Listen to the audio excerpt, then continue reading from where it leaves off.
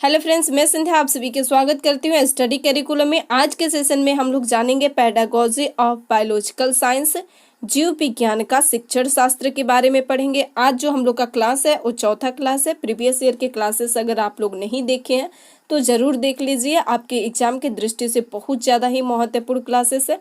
आज के टॉपिक में हम लोग देखेंगे विद्यालय पाठ्यक्रम में जैविक विज्ञान को सम्मिलित करने का औचित्य क्या है। जैविक विज्ञान को पाठ्यक्रम में विद्यालय पाठ्यक्रम में सम्मिलित करने का औचित्य क्या है, इसके बारे में देखेंगे। Justification for including biological science in A school curriculum. Including biological science in A school curriculum में किस प्रकार से इसको सम्मिलित किया जाता है, इसके फायदे लाभ क्या है, इन सब के बारे में हम लोग देखेंगे। इसके लाभ क्या है इसके बारे में देखेंगे, और इसको लागू कब किया गया था इसके बारे में देखेंगे। इसमें कब कब चेंजेबल किया गया था। जैविक विज्ञान जो है वो विभिन्न प्रकार के व्यवसाय में किस प्रकार से सम्मिलित है हम लोग देखेंगे। और फिर इसके बाद से देखेंगे कि जीव विज्ञान का महत्व क्या है, इसका लाभ क्या है। और एनसीएफ 2005 जो है जैविक विज्ञान में शिक्षा के किस प्रकार से महत्वपूर्ण था, तो इन सभी के बारे में हम लोग चर्चा करेंगे और जानने की कोशिश करेंगे। तो हमारे साथ जुड़े रहने के लिए चैनल को सब्सक्राइब करें और दोस्तों के बीच शेयर करना मत भूलिए। जितना हो सके सभी दोस्तों के बीच शेयर करिए, ज़्यादा से ज़्यादा आप लोग क्लास को शेयर करिए। आपकी क्लास जो है वह कंटिन्यू अब चलेगा। चलिए क्लास को स्टार्ट करते हैं। और मैं बता दूं कि बीएड तीसरा सेमेस्टर के लिए है। विद्यालय पाठ्यक्रम में जैविक विज्ञान को सम्मिलित करने का औचित्य जो है, सम्मिलित करने का इसका औचित्य देखा जाए तो विज्ञान के विकास, विभिन्न पाश्चात्य तथा भारतीय वैज्ञानिकों के योगदान, विद्वानों के आधुनिक समुदाय पर प्रभाव आदि के विवेचन से स्पष्ट हो जाता है कि विज्ञान मानव के लिए एक विशेष महत्वपूर्ण विषय है। विज्ञान हमारे दैनिक जीवन में प्राकृतिक घटनाओं को समझने और इसकी व्याख्या करने में कृषि अनुसंधान एवं तकनीकी क्षेत्र में विशेष सहायता करता है। अतः विद्यालय पाठ्यक्रम में अध्ययन के एक विषय के रूप में सम्मिलित करने का औचित्य निम्न है। और इसको सम्मिलित करने का, एक विषय के रूप में सम्मिलित करने का जो औचित्य है वह निम्न प्रकार से है। 20वीं शताब्दी में इसको आरंभ में भारत में विद्यालय पाठ्यक्रम में विज्ञान एक स्कूल विषय के रूप में सम्मिलित नहीं था। और विज्ञान जो था कब, तो 20वीं शताब्दी में भारत में, कहाँ पर, तो भारत में विद्यालय पाठ्यक्रम में विज्ञान जो है एक स्कूल विषय के रूप में सम्मिलित नहीं था। उस वक्त स्कूल विषय के रूप में सम्मिलित नहीं था, ये बात आप लोग ध्यान दीजिएगा।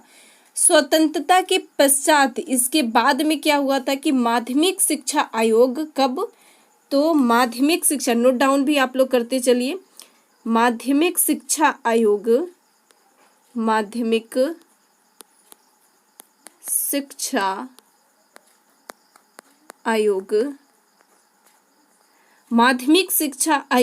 1952 से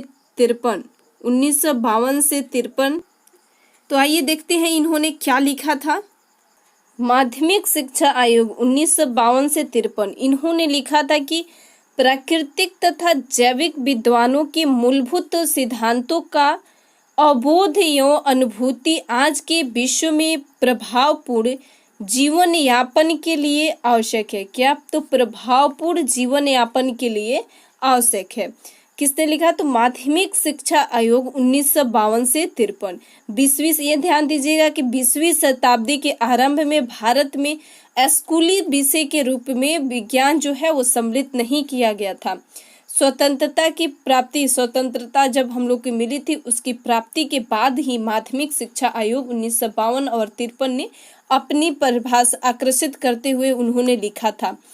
आयोग ने सबसे पहले क्या किया था, तो आयोग ने सबसे पहले निम्न माध्यमिक स्तर पर सामान्य विज्ञान और माध्यमिक स्तर पर विज्ञान को पाठ्यक्रम में सम्मिलित करने की संस्तुति की थी। और माध्यमिक शिक्षा आयोग ने कब, तो 52 से 53 में, ये पॉइंट आप लोग ध्यान दीजिएगा, कब और किसने, तो माध्यमिक शिक्षा आयोग ने संस्तुति की है। इन्होंने माध्यमिक स्तर पर सामान्य विज्ञान और निम्न माध्यमिक स्तर पर सामान्य विज्ञान और माध्यमिक स्तर पर विज्ञान पाठ्यक्रम में सम्मिलित करने की संस्तुति इन्होंने की है।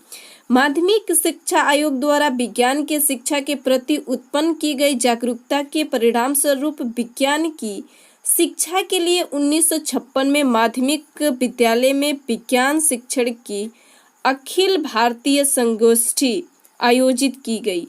कब आयोजित की गई, तो 1956 में माध्यमिक विद्यालय में विज्ञान शिक्षण की अखिल भारतीय संगोष्ठी आयोजित की गई।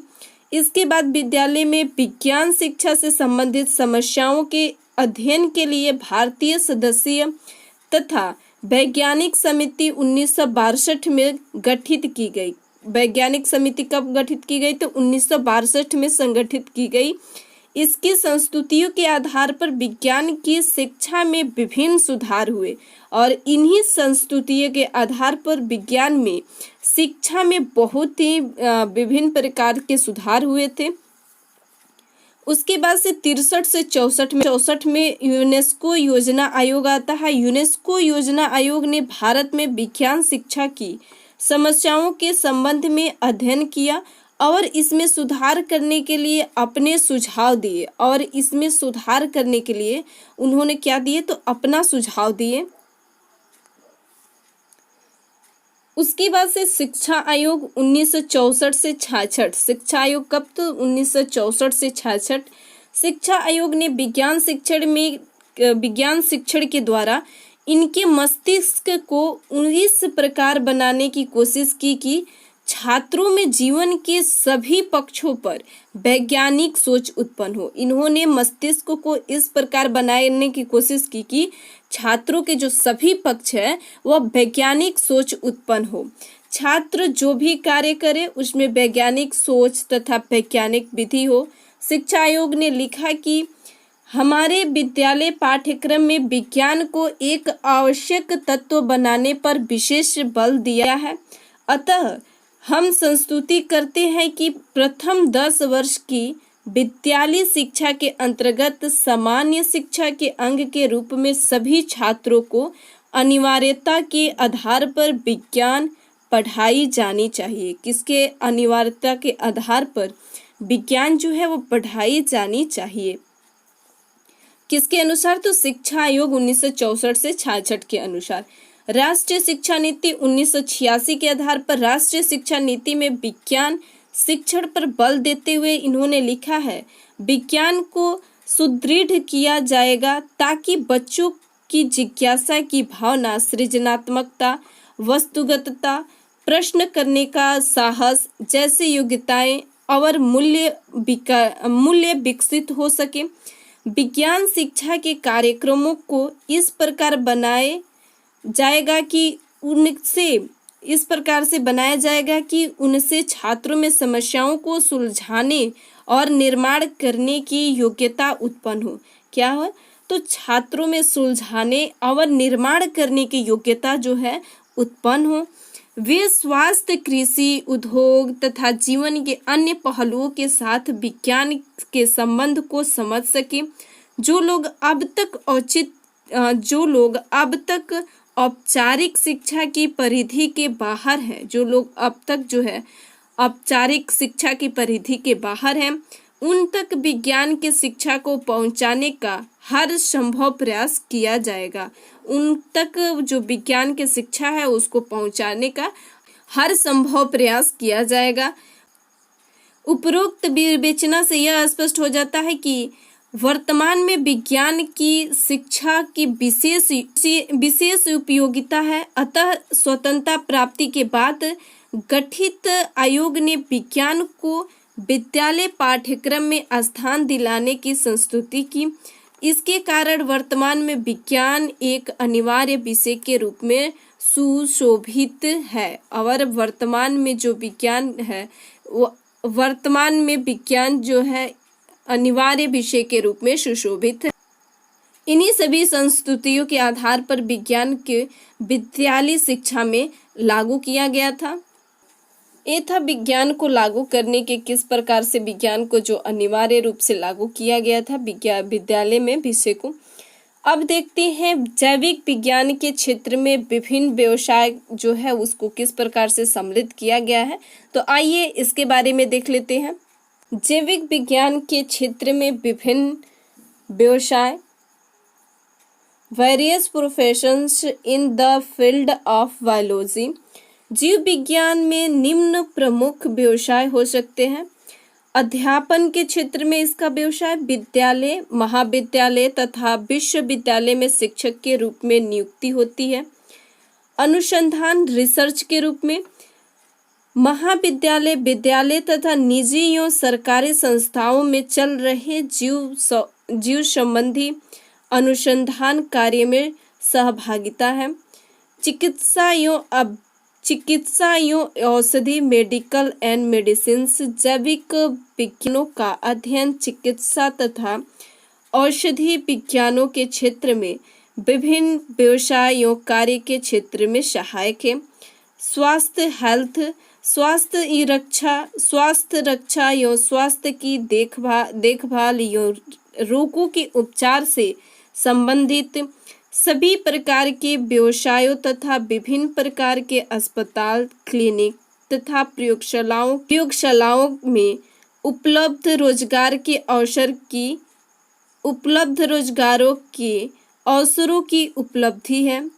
उपलब्ध जो रोजगार है उसकी अवसरों की उपलब्धि है। विभिन्न प्रकार की सेवाएं जो है, नेक्स्ट पॉइंट जो है सेवाएं, सर्विस। सरकारी नौकरियों तथा सरकारी और निजी क्षेत्रों में स्थापित विभिन्न उद्योग इकाइयों तथा सेवा क्षेत्रों में व्यावसायिक तथा रोजगारों के अवसर की उपलब्धि। प्रमुख सेवा क्षेत्र जो है वो निम्नलिखित है। सेवाएं देख रहे हैं, सर्विस जो है वो निम्नलिखित है। बायोमेडिकल इंजीनियर इसके कार्य में के अंतर्गत मानव हित कृत्रिम उपकरणों तथा अंगों के निर्माण और उपयोग संबंधित कार्य सम्मिलित हैं, जैसे कि कृत्रिम श्वासन हेतु मशीन का निर्माण करना, हृदय के लिए वाल्व, बैलून आदि उपकरणों का निर्माण। और तीसरा जो है अपंगों के लिए जूते, कृत्रिम टांगे आदि निर्मित करना। किसमें? तो बायोमेडिकल इंजीनियर में। बायोटेक्नोलॉजिस्ट इसके कार्य के अंतर्गत जीवित पदार्थों के यंत्रों से संबंधित ज्ञान की तकनीकी के रूप से प्रयुक्त करना। एग्रोनोमिस्ट जो है इसके अंतर्गत फसल उत्पादन एवं कृषि कार्यों का प्रबंधन सम्मिलित है। इसके द्वारा क्या सम्मिलित है? तो इसके अंतर्गत फसल उत्पादन एवं कृषि कार्य प्रबंधन जो है सम्मिलित है। एंथ्रोपोलॉजिस्ट इसके अंतर्गत मानव तथा मानव जाति का अध्ययन किया जाता है। एपीकल्चरिस्ट जो है इसके अंतर्गत मधुमक्खी पालन, शहद निकालना आदि कार्य जो है इसमें सम्मिलित हुआ है। फार्मेसिक विज्ञान विशेषज्ञ इसके कार्य के अंतर्गत अपराध तथा अपराधी को चिन्हित करने में इसका प्रयुक्त होने वाली फिंगरप्रिंट्स, ब्लड टाइप आदि व्यक्तिगत पहचान संबंधी जानकारी प्राप्त करना होता है। फॉरेंसिक विज्ञान विशेषज्ञ इंजीनियर, जेनेटिक इंजीनियर इस कार्य के अंतर्गत निम्नलिखित का समावेश है। किसी जीवधारी से प्रयुक्त जीन को अलग करना, जीन्स को अन्य प्रकार की जीवधारियों में आरोपित करना। नेक्स्ट जो है डेयरी टेक्नोलॉजिस्ट में इस कार्य के अंतर्गत निम्नलिखित का समावेश है। इसमें दूध देने वाले पशुओं जैसे गाय, भैंस आदि की प्रजाति में सुधार करना। दूसरा पॉइंट है कि इसके संरक्षण तथा विक्रय संबंधित व्यवस्था करना। तीसरा पॉइंट है कि दूध से निर्मित पदार्थों का उत्पादन करना तथा उनकी बिक्री करना। नेक्स्ट है पर्यावरण प्रबंधन विशेषज्ञ इसके अंतर्गत जो है सम्मिलित है। पर्यावरण में सुधार करना, प्रकृति में उपलब्ध पारिस्थितिकी संतुलन को बनाए रखने का समाधान ढूंढना। नेक्स्ट है फिशरी विशेषज्ञ। फिशरी विशेषज्ञ में इसके कार्य के अंतर्गत मछली पालन, मछली के संरक्षण करना तथा इसकी बिक्री का प्रबंधन करना आदि इसमें सम्मिलित होता है। सेरीकल्चरिस्ट इसके अंतर्गत निम्नलिखित समावेश है। रेशों के कीटों का पालन करना, रेशम का उत्पादन करना। फार्माकोलॉजिस्ट जो है इस कार्य के अंतर्गत औषधि के प्रकृति, शरीर का, दवा का प्रभाव आदि का अध्ययन किया जाता है। इसमें पोल्ट्री फार्मिंग विशेषज्ञ इसके कार्य के अंतर्गत जो है वो निम्नलिखित प्रकार से समावेश है।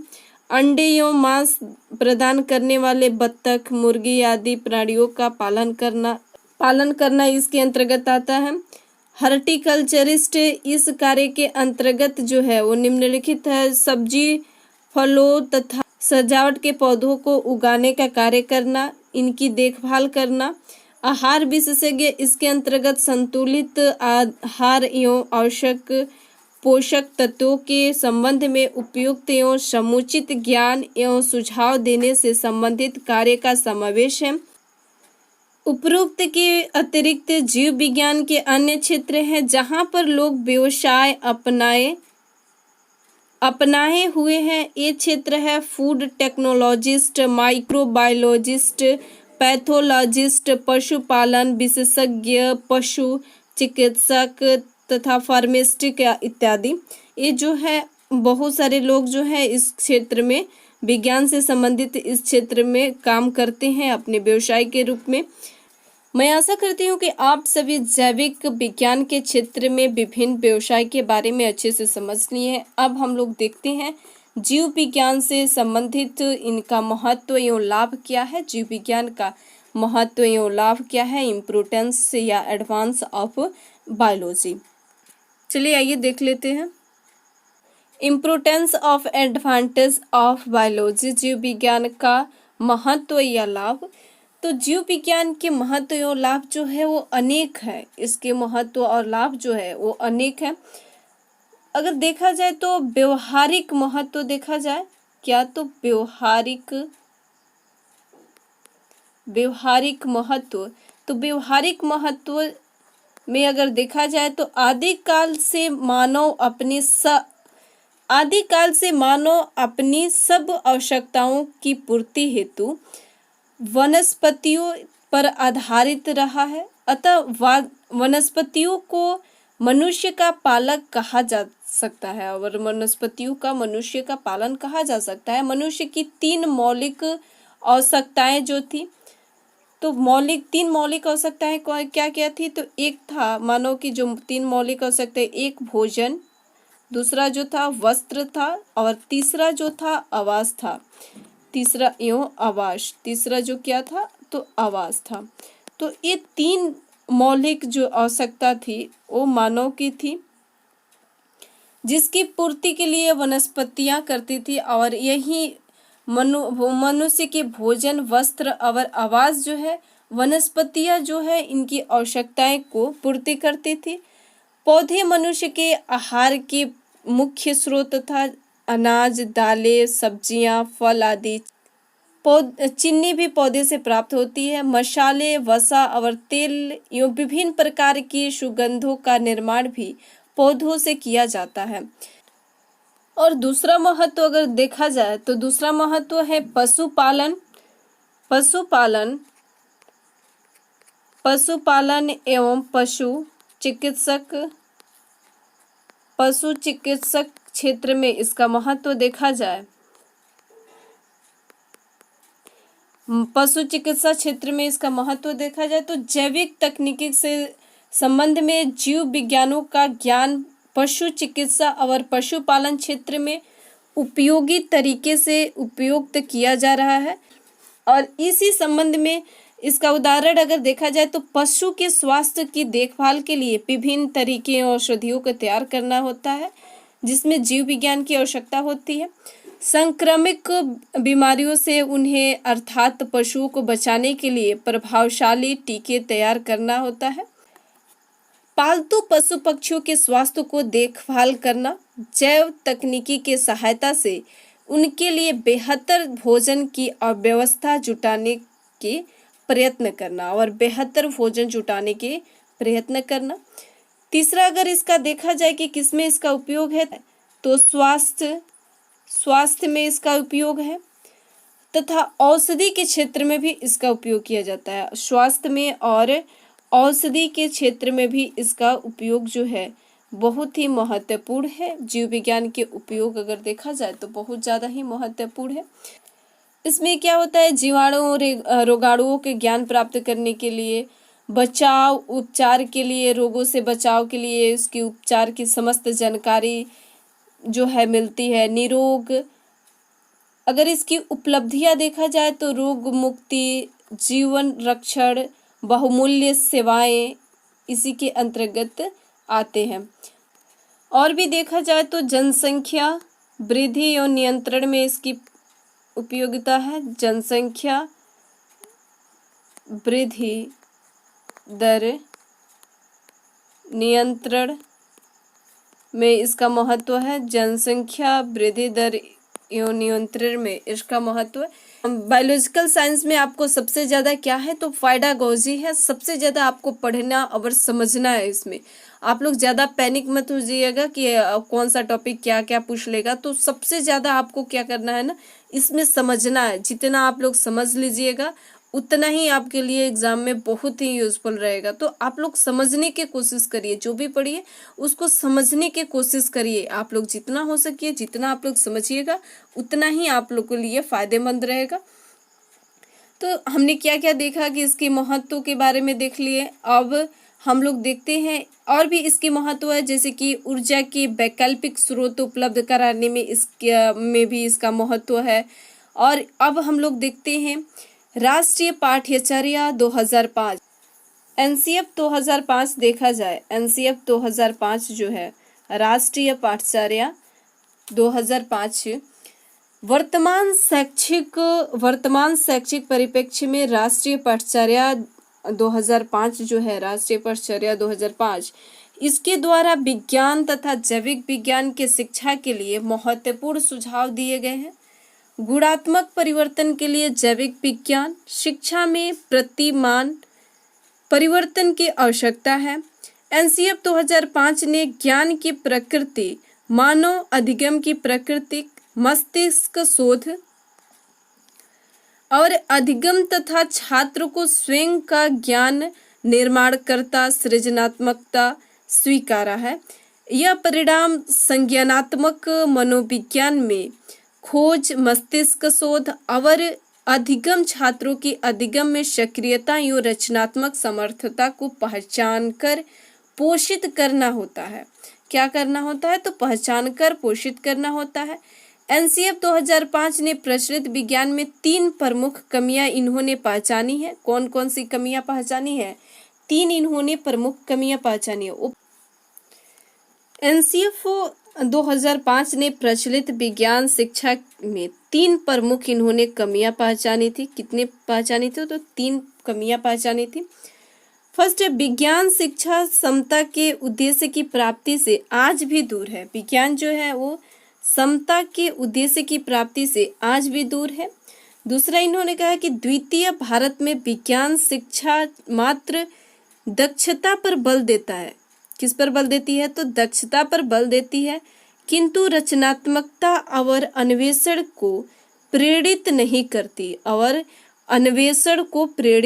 करती। तीसरा इन्होंने पॉइंट दिया कि विज्ञान शिक्षा जो है परंपरावादी परीक्षा प्रणाली से ग्रसित है। परंपरावादी परीक्षा प्रणाली जो है उससे ग्रसित है। राष्ट्रीय पाठ्यचर्या 2005 के अनुसार विज्ञान पाठ्यचर्या में अग्रलिखित मानकों के आधार पर बनाना आवश्यक है और अग्रलिखित मानकों के आधार पर बनाना जो है वो आवश्यक है।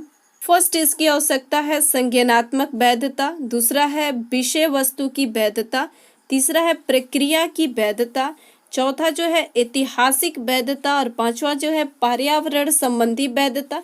छठा जो है नैतिक वैधता। क्या है छठा? तो नैतिक वैधता। वर्तमान परिप्रेक्ष्य में जैविक विज्ञान शिक्षा में समकालीन कमियों को दूर करना आवश्यक है, जैसे ज्ञान को स्कूल की बाहरी जीवन से जोड़ना, रटने की प्रणाली से मुक्त करना, परीक्षा को अधिक लचीला बनाना। परीक्षा देखते हैं कि कभी कभी जो है काफी कठोर होता है, उसको लचीला बनाना, छात्रों को पाठ्य पुस्तक निर्भरता से मुक्त कराना तथा छात्रों के सार्थक अनुभव देने वाले समावेशी शिक्षा उपलब्ध कराना। वर्तमान में समता तथा समावेशी जैविक विज्ञान पाठचर्या की आवश्यकता है। एक उचित या न्याय संगत जैविक विज्ञान पाठ्यक्रम वह है जिसमें विषय वस्तुओं शिक्षा शास्त्र समस्त छात्रों के लिए समावेश